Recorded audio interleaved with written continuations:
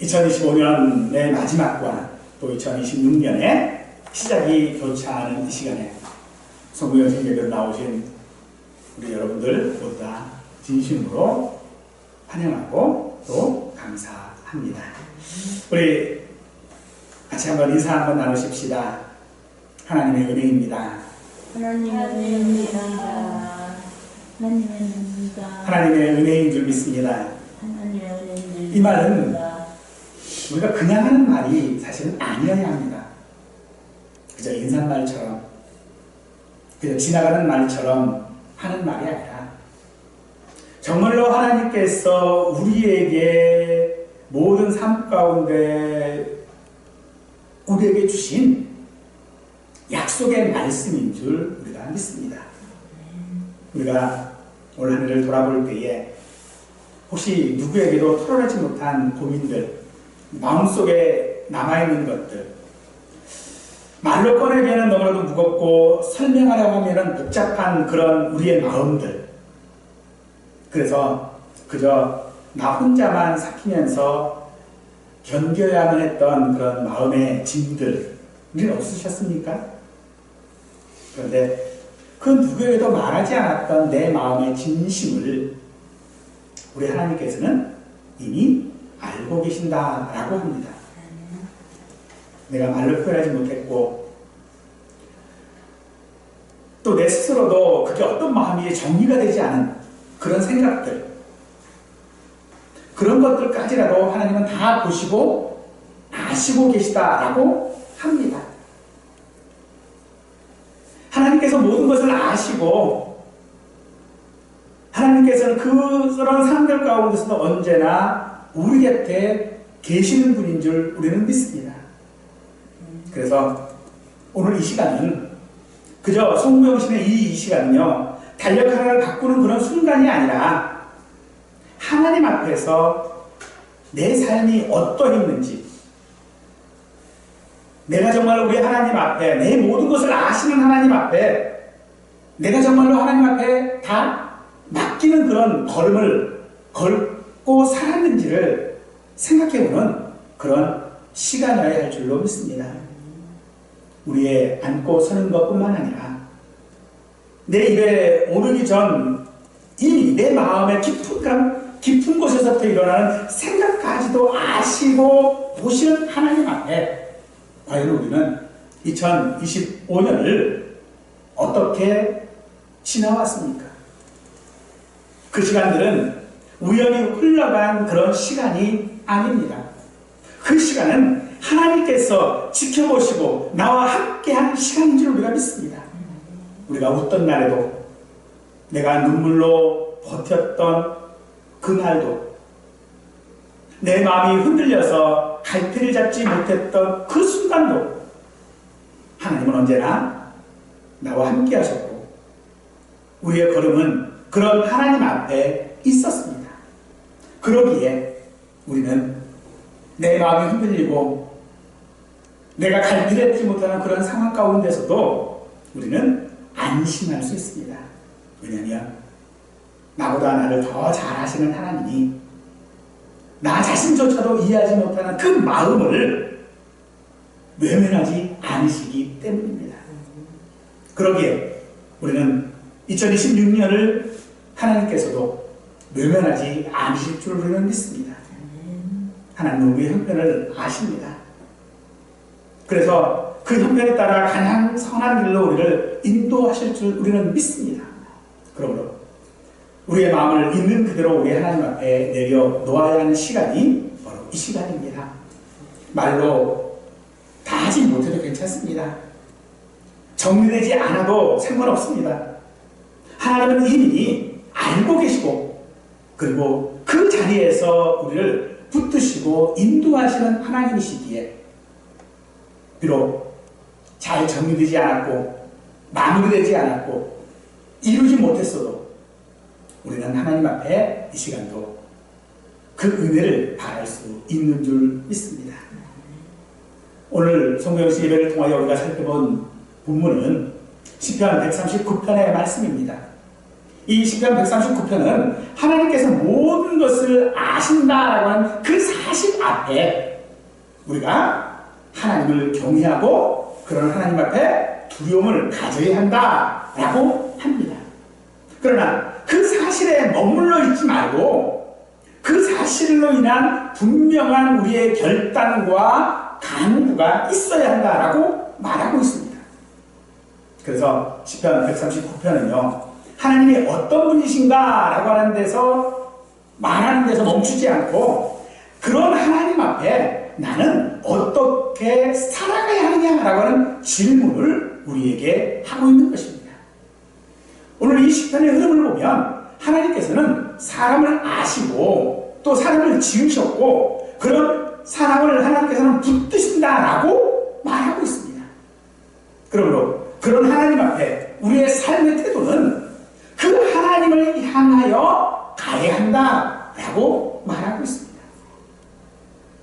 하나님의 전지하심 또 하나님의 현재하심을 우리가 안다면 그것을 알고 있는 사람이라면 어떤 삶으로 자기의 삶을 그 하나님 앞에 보여주어야 하는지를 우리에게 말하고 있는 것입니다. 하나님은 아니 계신 것이 없고 알지 못하는 것이 없는 분이라고 우리는 믿습니다. 그러나 하나님 앞에 살아가는 삶이 곧 우리 성도의 삶이요 하나님의 자녀인 우리의 삶이어야 한다는 사실들을 자연스럽게 드러내고 있는 것입니다. 이런 인식 앞에 우리는 위선자가 되어서는 안 될 것입니다. 우리의 삶의 방향을 우리는 언제나 하나님께 주어야 합니다. 그러나 그러지 못하지요. 나를 다 아시고 나와 늘 함께 하시고 그런 하나님을 내가 분명히 알고는 있는데 그 하나님을 내가 분명히 믿고는 있는데 그런 삶을 살지를 못해요. 그래서 늘 감추리하고요. 그런 하나님 앞에 무엇인가 숨겨놓으려고 자꾸 합니다. 그렇기 때문에 우리는 하나님의 은혜에 의지할 수밖에 없는 것입니다.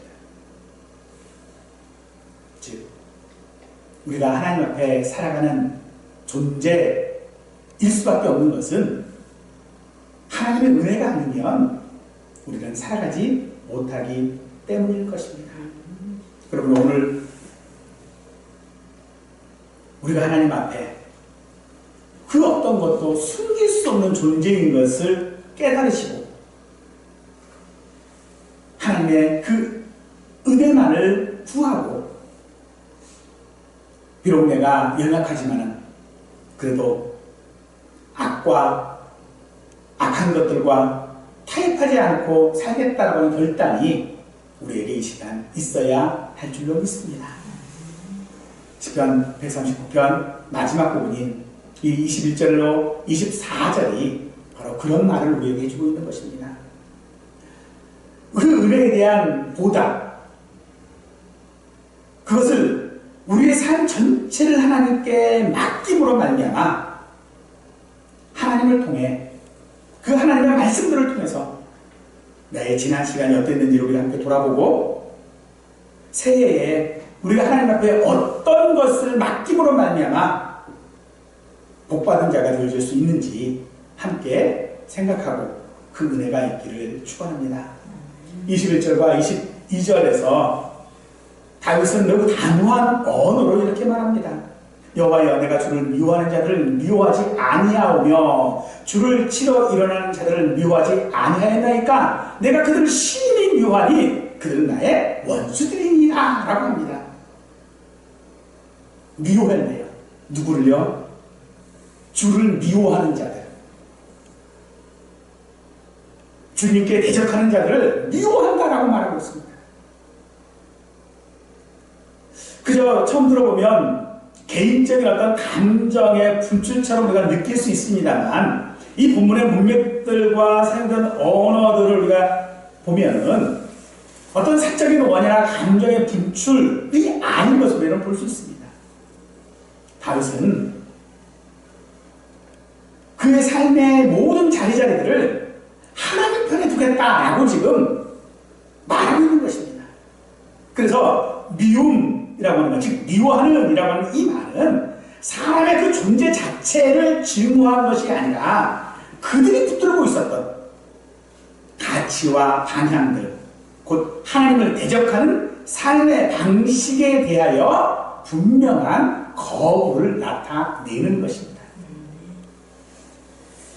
따라서 이 말은 악에 대하여 타협하지 않겠다는 그 삶의 태도를 말하는 것이고, 다윗에게 있어서 그 삶의 중심이 하나님 앞에서의 삶이었고 그 중심이 분명했기에 하나님을 대적하는 모든 방향과 동시에 같이 설 수 없다라고 말하고 있는 것입니다.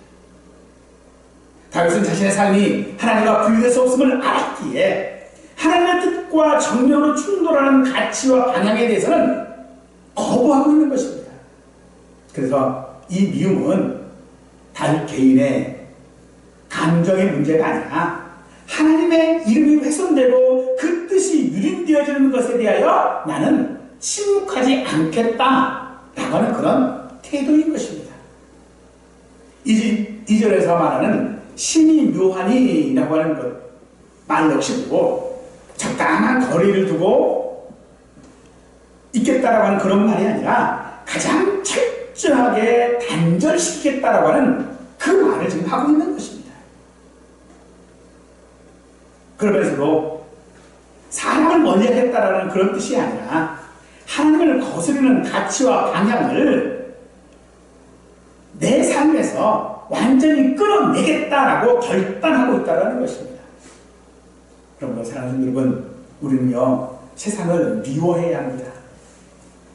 세상을 등지고 혼자 살아가라고 하는 것이 아니라 세상의 가치와 세상이 추구하는 그 삶의 방향대로 살지 말라는 것입니다. 요즘에 법을 자꾸 바꾸려고 해요. 성평등법, 동성애, 이런 것들을 가지고 자꾸 법을 만들려고 해요. 그런데 그것에 대해서 많은 사람들이, 심지어 국회의원 중에 믿음을 가지고 있는 사람들도 침묵을 해요. 그 법은 뭐냐면요, 간단해요. 동성애나 이런 것들에 대해서 비판을 하면, 그 비판을 제가 이 설교단에서 하잖아요. 그러면 그 법이 통과되고 나면요, 저는 자동적으로 형사입건이 되거든요. 네?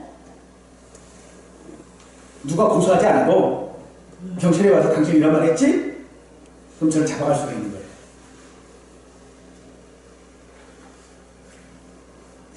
그런 합법들을 자꾸 만들려고 시도하는 경향들이 너무나도 많이 있습니다. 그것에 대하여 하나님은 우리에게 침묵하지 말라고 좀 하시는 것입니다. 즉, 이 말은 오늘 우리가 하나님 앞에 살아갈 때에 우리가 무엇에 대하여서 악한 것에 대하여 나만 아니면 돼, 나만 안 그러면 되지 라고 해서는 안 되는 것이라는 것이죠. 그러므로 오늘 우리는 하나님 앞에서 어떤 계획들을 세우거나 할 때에 그것이 단지 내 계획을 세우는 것이 아니라 내 삶의 기준으로 삼아야 하는 줄 믿습니다. 세상에 가지고 있는 기준들이 아니라 하나님의 말씀이 내 삶의 기준이 되어져야 하는 것이고, 그 결단이 없다면 그저 새해는 달력 한 장 새 것으로 바꾸는 것밖에 다른 의미는 없을 것입니다. 이렇게 우리는 분명히 하나님 앞에 죄가 무엇인지를 분명히 알고 그것과 결별해야 하는 것입니다. 또한 그렇게 우리가 외부적인 어떤 것들을 가지고 결단했다라고 한다면 그 다음에는 내 마음의 상태 또한도 우리는 생각해야 할 줄을 믿습니다. 23절에서 하나님이여 나를 살피사 내 마음을 아시며 나를 시험하사 내 뜻을 아옵소서 라고 합니다. 여기 살피다 라고 하는 말은요, 광부가, 그러니까 보석을 캐는 광부가 그 광물을 찾기 위해서 땅을 깊이 파고 의도적으로 집중적으로 꼼꼼하게 조사하는 행위를 살피다 라고 이야기를 하는 것이고요. 시험하다 라고 하는 이 표현은요, 그렇게 광물을 캐냈는데 그것이 정말로 진짜인지 가짜인지 그 진리를 가려내는 과정을 시험하다 라고 말하고 있는 것입니다. 즉 어떤 형식적인 점검 이런 것들이 아니라 철저한 확인을 말하고 있는 것이지요. 오늘 우리의 마음이 하나님 앞에 모든 죄들과 결단하고 옛날 것들을 우리가 잊어버리고 있다면 우리는 우리의 마음이 어떠한지를 분명히 확인해야만 합니다. 그것을 살펴야만 합니다. 시험해봐야 합니다. 그래서 정말로 내 뜻이 하나님의 뜻과 같은 것인지를 우리는 살펴보아야 하는 것입니다. 지금 이 말을 하고 있는 다윗이 죄가 없어서 이런 말을 하는 사람은 아닙니다. 그는 오히려 자신의 연약함을 누구보다도 잘 알고 있었기에 하나님께서 그런 자신을 너무나도 더 잘 알고 계시기 때문에 지금 그렇게 말하고 있는 것입니다. 즉 하나님 내 마음 아시지요? 내가 지금 갈 길을 잡지 못합니다. 내 마음이 진짜로 하나님을 믿고 있는지 하나님을 의지하고 있는지 내 모든 것들을 우리 하나님 앞에 지금 내가 내려놓고 있는지 내 마음조차도 나는 내가 가늠할 수 없습니다. 그러니 하나님께서 내 마음을 광부가 보석을 찾는 것처럼 살피시고 그럼 내 마음을 하나님께서 진리를 가리셔서 내 뜻이 하나님 뜻되게 해주십시오 라고 기도하고 있는 것입니다. 그래서 본문에서 말하는 이 마음이라고 하는 것은 결국은 내 속에 가지고 있는 어떤 불편한 것들까지라도 하나님 앞에 숨기지 말라라고 말하고 있는 것입니다. 이것이 우리가 하나님 앞에 서야 하는 우리 삶의 태도인 줄 믿습니다. 새해를 시작하면서 우리에게 가장 필요한 것이 그런 하나님 앞에서 우리의 그런 모습이어야 하는 것입니다. 우리는 한 해 동안 많은 상처들을 쌓고 있습니다. 내 안에 설명되지 않은 어떤 분노들이 있었고요. 어떤 미래에 대한 막연한 두려움들과 염려가 우리 마음의 깊은 곳에 남아 있습니다. 하나님은 우리의 겉모습만 보고 계신 분이 아니십니다. 우리 속에 그렇게 쌓여져 있고 남아있는 정리되지 않은 그런 불편한 마음까지도 우리 하나님 아시는 줄 믿습니다.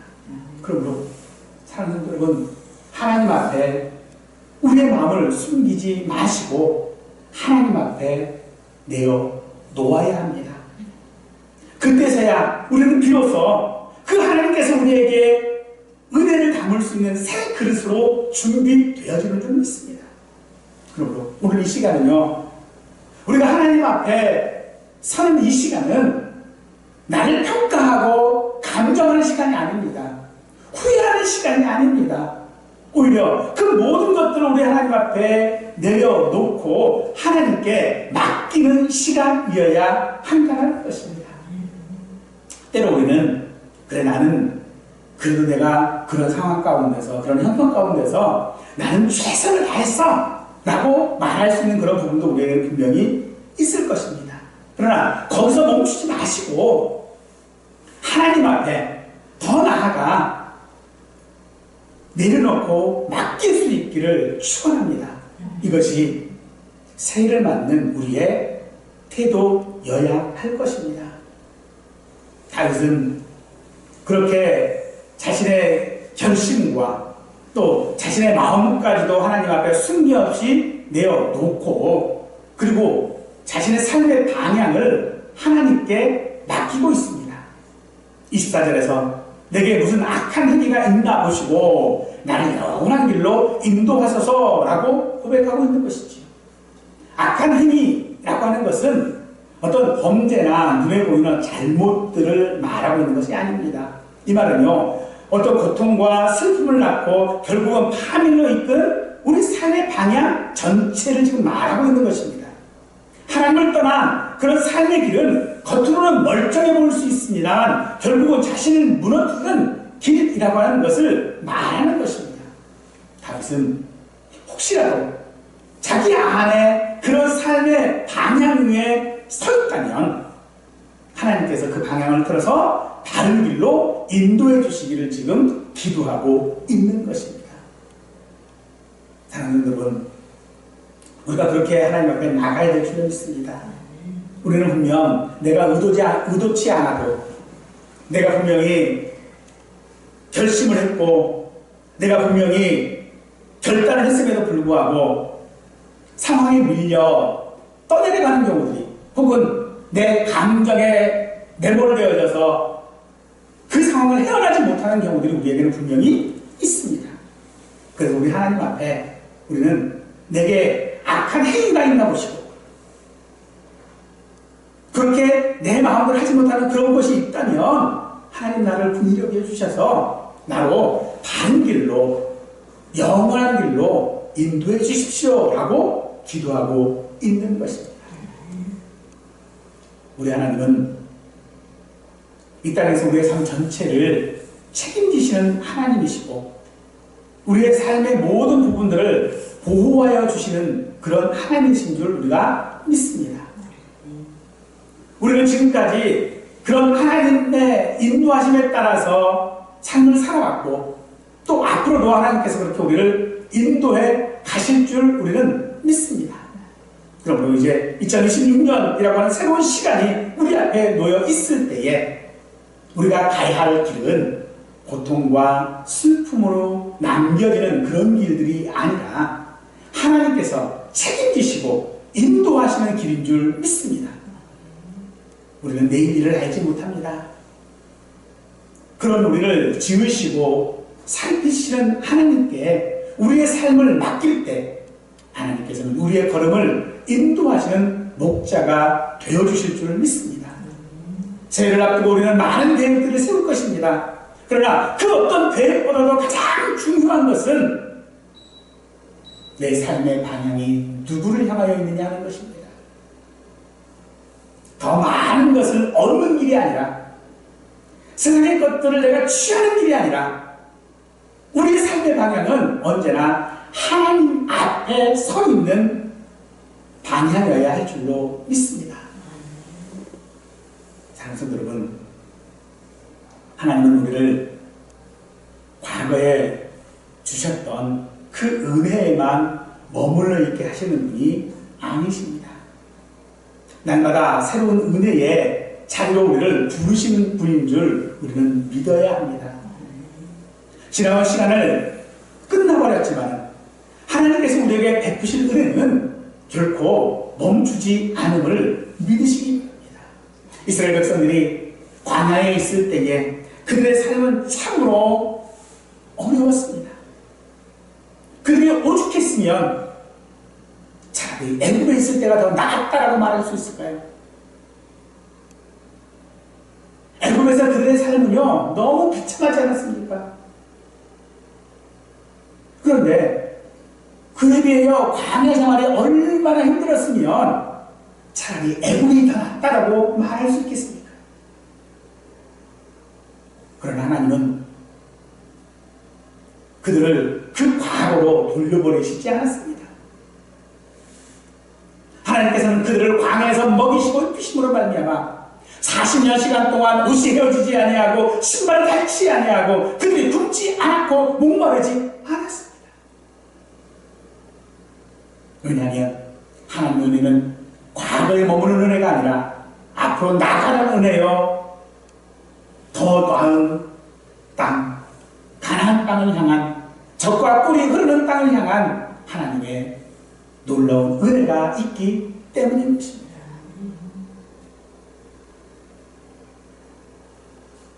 그래서 그런 하나님의 은혜가 오늘 우리가 2026년을 살아가게 하는 힘이 될 줄로 믿습니다. 그렇지만 우리는 지난 은혜를 기억해야만 합니다. 하나님께서 그런 광야의 그 힘든 시간 가운데서 어떻게 인도하셨는지, 그들을 어떻게 먹이셨고 어떻게 목마르지 않게 하셨는지, 이스라엘 백성들이 가나안 땅에 들어가서도 그것을 기억했던 것처럼 오늘 우리도 내 과거에 하나님께서 나를 어떻게 인도하셨는지를 기억할 때에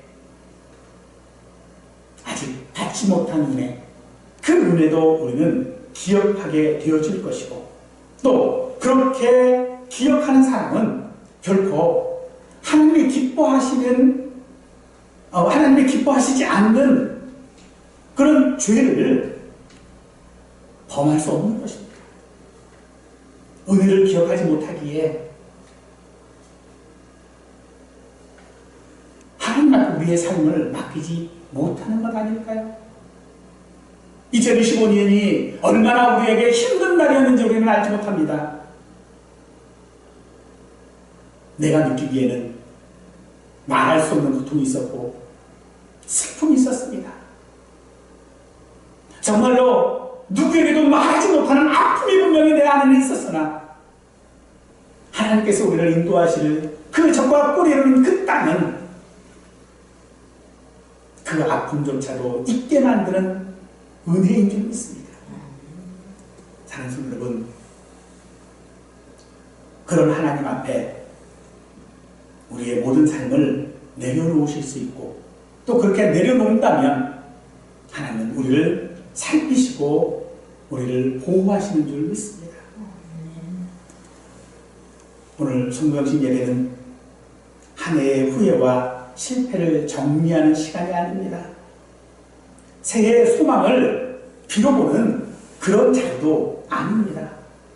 우리는 이 예배를 통해서 하나님께서 여전히 나를 붙들고 계시고 나와 함께하고 계시다라고 하는 것을 확인하는 자리여야 할 줄로 믿습니다. 에베네셀의 하나님께서 은혜로 우리를 여기까지 인도하셨던 것처럼 여호와의 하나님은 새 은혜로 우리를 영원한 길로 하나님 앞에 살아가는 삶이 되도록 인도하실 것을 우리는 믿어야 합니다. 그 일을 하나님께서는 이미 시작하셨습니다. 빌립보서 1장 6절 말씀에 너희 안에 착한 일을 시작하신 이가 그리스도 예수의 날까지 이루실 줄을 우리는 확신하노라 했던 말씀을 통하여 2026년 이 새날을 맞이하는 우리의 삶은 이미 하나님께서 시작하셨습니다. 그리고 하나님께서 끝까지 지키시고 인도하시고 또한 예수 그리스도의 날까지 이루실 줄을 우리는 믿습니다. 그 믿음을 가지고 2026년 새해에도 변함없는 하나님의 그 사랑 앞에 살아가는, 늘 새롭게 부어주시는 그 은혜로 살아가는 우리의 삶이 되시기를 주님의 이름으로 간절히 축원하겠습니다.